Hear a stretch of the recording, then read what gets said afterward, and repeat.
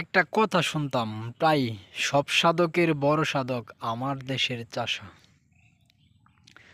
আবার অনেকে বলে কৃষকরা নাকি একটা মোটামুটি ভালোই একটা গবেষক। তো আমার গ্রামের কৃষক বা চাষবাস দেখে আর আমার কাছে এরকম মনে হয় না। কিন্তু আমি এই কৃষি জগতে সম্পূর্ণ নতুন, তারপর আমি চেষ্টা করতেছি ভালো কিছু করার জন্য।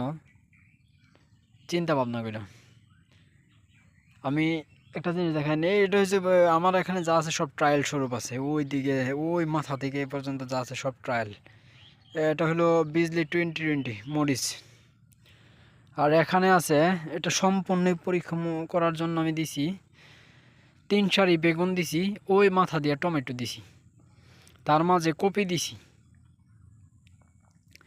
আল্লাহর মধ্যে আমার সবগুলি গাছের গ্রোথ অনেক সুন্দর।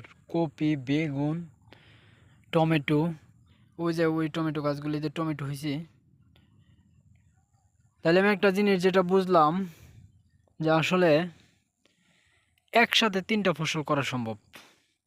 যদি এই বেগুনের পাশাপাশি যেমন আমি কপি দিছি, এর পাশাপাশি যদি ধনিয়া দিয়ে দিতাম, তাহলে 30 থেকে 40 দিনে ধনিয়া বিক্রি শেষ হয়ে যেত। কপি 65 থেকে 70, 75 দিন, 80 দিনের মধ্যে, 65 দিন থেকে কাটা শুরু হলে 80 দিনের মধ্যে কাটা শেষ। আর বেগুন 90 থেকে 100 দিন পরে। তার মানে একটা ফসল শেষ করেই একটা ফসলে যাওয়া সম্ভব।